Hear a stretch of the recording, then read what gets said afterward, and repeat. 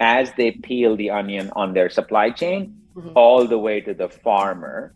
And the farmer who does not have a smartphone, only an SMS phone, starts getting this detailed history of every single transaction because I've learned the hard way that what you do is more important than who you are, especially if you are working in these extremely tough conditions.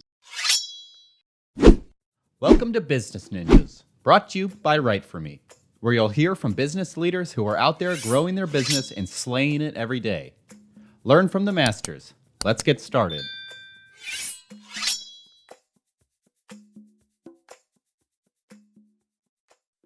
Hey everybody, welcome back for another episode of Business Ninjas. I'm here today with Ashish Gadnis. He's the CEO and co-founder at BanQu. Ashish, welcome to the show. Thank you, Kelsey. I appreciate it. Yeah, excited to have you. So Ashish, tell me a little bit about yourself. So, I'm co-founder CEO of BanQu, and I started BanQu with one of my co-founders from a previous startup in 2016. And, we are a unique for-profit, for-purpose software company that focuses on creating traceability and transparency for global supply chains, but with a human element in a way that creates equitability for everybody in those supply chains. Interesting. Tell me a little bit more. So, back in 2014, when I was retired and volunteering in the Congo in Africa, I ran into an interesting problem, kind of that's led me to where I'm today. And the problem was that, smallholder farmers, especially mama farmers who work in extreme poverty zones, growing your coffee, cacao, rice, maize, and barley, are completely invisible. Yet, you're paying $12, $14 for a latte in New York, thinking it's fair trade, thinking it's 100% traceable, thinking it's ethical, and in these days, thinking it's climate positive, right?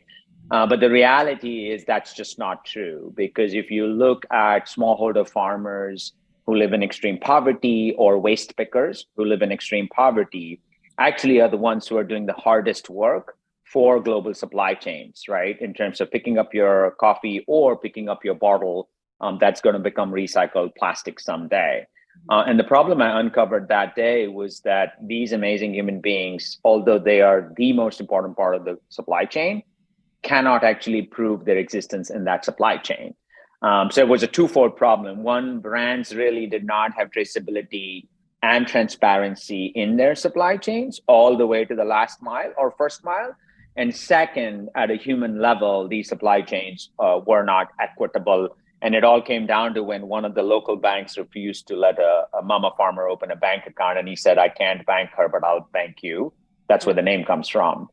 So that's where it all started. And in 2016, me and my co-founder, Jeff, who we had, worked together for a long time, built and sold other companies, we said, let's try to solve this problem that nobody had ever solved before. Yeah, that's really interesting. So talk to me a little bit about some of, how you're able to support, both kind of ends of the process, like you said. Yes, look, I think I always, I'm a big believer in the detail, and the examples are critical, right? Instead of just talking about theory, because today we're live in 58 countries. We turned profitable 2 years ago, so we know what we're doing. So let's just focus on a very concrete example, right? Let's just go back to coffee. Mm-hmm. If you purchase coffee in emerging markets like, West Africa, Asia, or Latin America, there's a good chance there's a smallholder farmer Mm-hmm. who lives in poverty that grows that coffee. That coffee then comes to a cooperative or a middleman, and then that middleman will bring it to an exporter and then to an importer, to a roaster, and to your cup of coffee, right? It's important to kind of understand the supply chain. In that multi-tier supply chain, there are three problems: two commercial, one social. And the two commercial problems is the coffee company, or this could be a chocolate company, does not really know past its importer exporter who the farmer is, what are the climate practices that might be happening at the farm level, are actually these farmers being paid, are the children in school and not in child labor. So their supply chain is fragmented and invisible, which makes it extremely inefficient. Mm-hmm. And on the social side, these are some of the poorest people in the world, right? You can look up information on smallholder farmers, and their income hasn't really changed, right? So that's kind of where we come into play. We have built a supply chain software company that starts from the ground up, so right at the tree level or the soil level, and connects everybody up the supply chain all the way to the brand and in the hands of a consumer through a QR code. So the benefit to the brand then is through our software, which runs on blockchain. We do not, and I'll repeat, we do not use cryptocurrency. It gives them a very detailed view as they peel the onion on their supply chain all the way to the farmer. And the farmer who does not have a smartphone, only an SMS phone, starts getting this detailed history of every single transaction, because I've learned the hard way that what you do is more important than who you are, especially if you are working in these extremely tough conditions. I hope that helps. Yeah, no, that's really interesting. So you gave the example of coffee and chocolate. Is there other industries that BanQu works in, or is it only food and beverage? No, so there's multiple industries. So, we cover kind of that whole spectrum for sourcing, which is kind of agriculture, mining. So for example, if you have a smartphone or electric vehicle, there's a good chance that the cobalt or the minerals or metals that are coming from a mine in Congo where there's forced child labor, right? So it's the same supply chain. And on this side, which is the recycling or packaging side, if you have a plastic bottle that's being recycled or glass bottle that's being recycled, it's the same problem, right? The same problem exists on the consumer side, where brands do not know how much of the plastic, paper, glass is actually coming back as recycled material. So if you think about us in three industries. One is sourcing, which is kind of tied to agriculture and mining, and then packaging and recycling are kind of the two bookends. And what then ties it all together is compliance and auditability and traceability, right? Because right now today, you'll see a lot of people claim that they're climate positive or carbon credits, right? It's like the Wild West, right? And the simple question I ask is that if your company says they're going to have carbon neutrality, can they actually prove who was the farmer in Guatemala? Did the farmer get paid for the carbon credit? And was your coffee actually sourced from a carbon neutral or a deforestation free piece of land, right? If you cannot prove it, then you're just greenwashing. Right. So would you say one of the biggest challenges that your clients face before they start working with BanQu is kind of like you said, that traceability and then transparency? Would you say those are the two biggest issues? Yes, actually, it's become three now. So initially, it was the traceability and transparency, right? Not knowing where your raw material, like coffee, cacao, is coming from, or not knowing where your plastic or glass is being picked up, or batteries now in the recycling business, right? A third one now has become a bigger pressing point is compliance and auditability. The new EU regulations around deforestation-free supply chains, actually proving your carbon credits instead of just making that up, has suddenly woken up companies, because now there is accountability and fines if you cannot prove the traceability, transparency, and the compliance. There's laws now. Yeah. So it sounds like, you've successfully scaled other businesses. Talk to me a little bit about how, you've watched BanQu scale over the years. And, was there a point where you said, we're really onto something, we're really doing it? Oh, great question. Oh my God. Every day is a battle. I'm just being very honest with you, right? We're in our 8th year now, and I don't take any day for granted, right? Every day is a fight. Here's why, because what we're doing is so unique, yet absolutely needs to be done, and has never been done before, right? So there's never a moment where we take a deep breath and say, okay, we made it. No. I think over the years, what we have realized is that companies were starting to think about sustainability and climate in a very romantic way. And I'm just being very brutally honest here.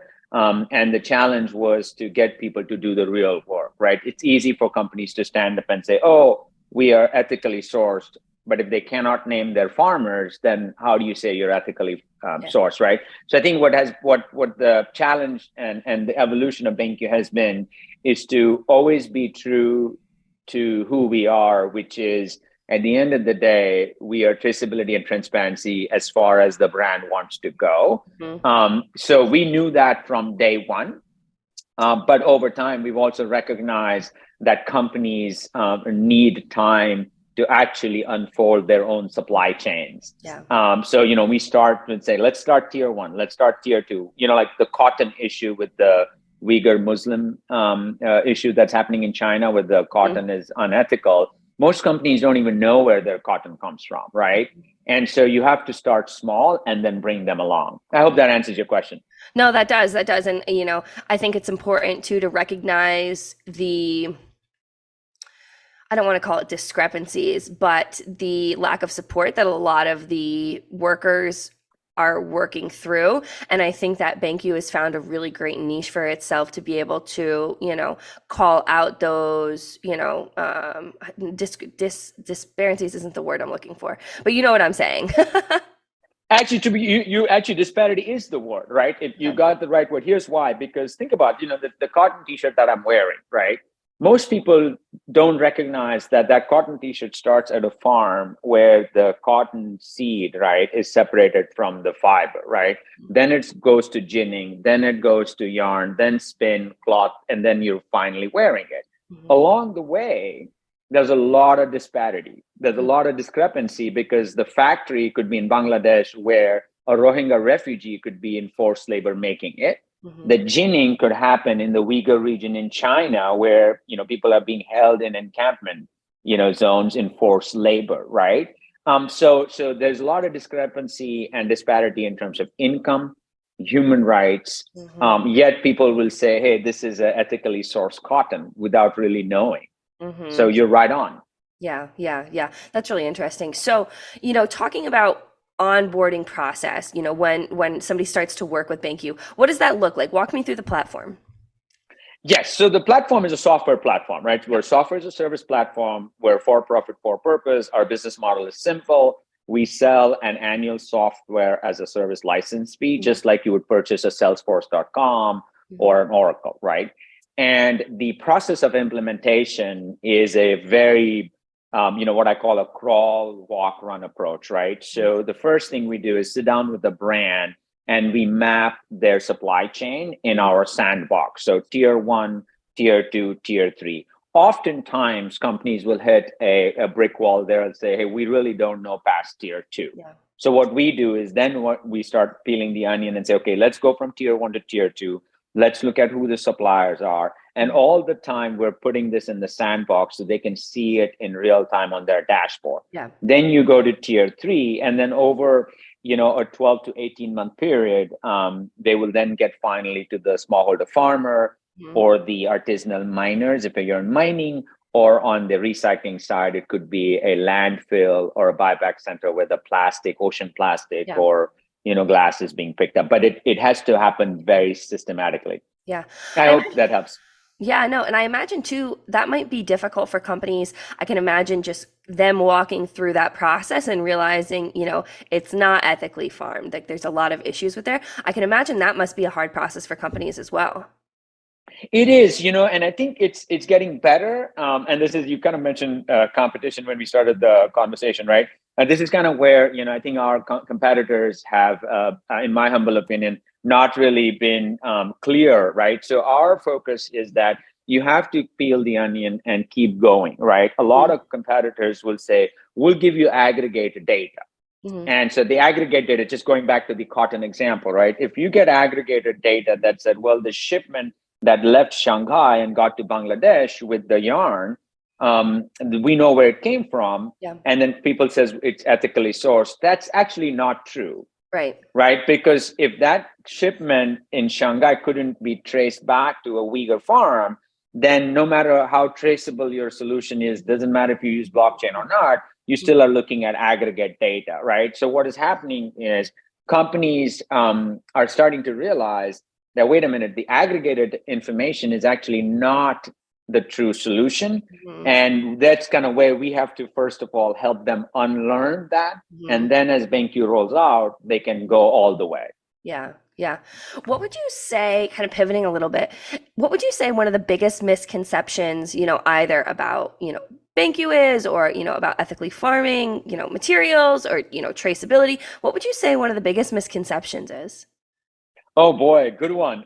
So look, I think the biggest misconception is that technologies like blockchain, right, cannot actually go all the way to extreme poverty zones where you have farmers, because the misconception is poor farmers won't understand blockchain, right? And I really kind of take offense to that, because I've never met a poor farmer who wasn't smart, right? Women are smarter than men. We already know that. And people have this misconception that, the people in these markets cannot handle technology. And the way we've broken it is that our entire software works through SMS at the farmer level, at the waste picker level.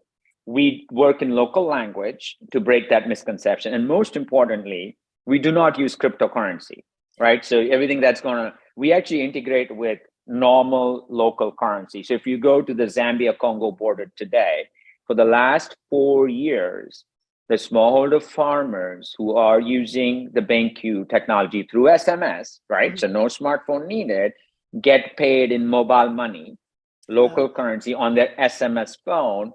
So the mamas can pay for the school fees and not have to cash out, because if you cash out, it could be dangerous. Right. So that's a big misconception that people have, that, oh, my traceability solution will never get to there. So that's why I'm going to kind of go with this aggregated intermediaries. And I try to break that and say, guys, that smallholder farmer or that waste picker in Zambia or Colombia has an SMS phone and has equal rights in the supply chain. You just haven't peeled the onion layer. Yeah. Yeah.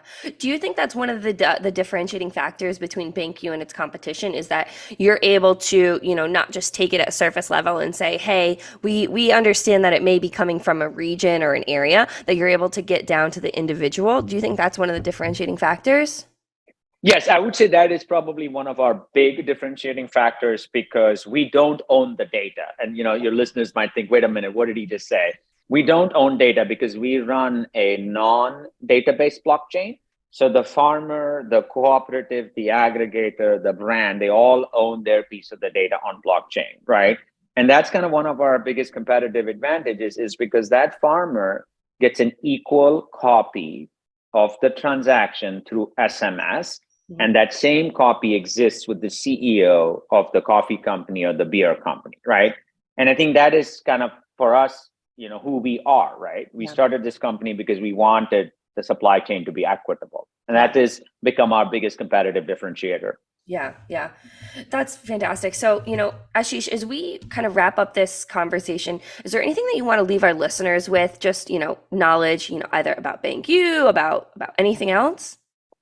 Well, one quick thing I did want to add, right? So like, the and which kind of ties to your question too, is, that individual at that last mile, right? We also capture the geolocation, and why that is important. A lot of people talk about ethical sourcing or carbon credits and all that stuff, right?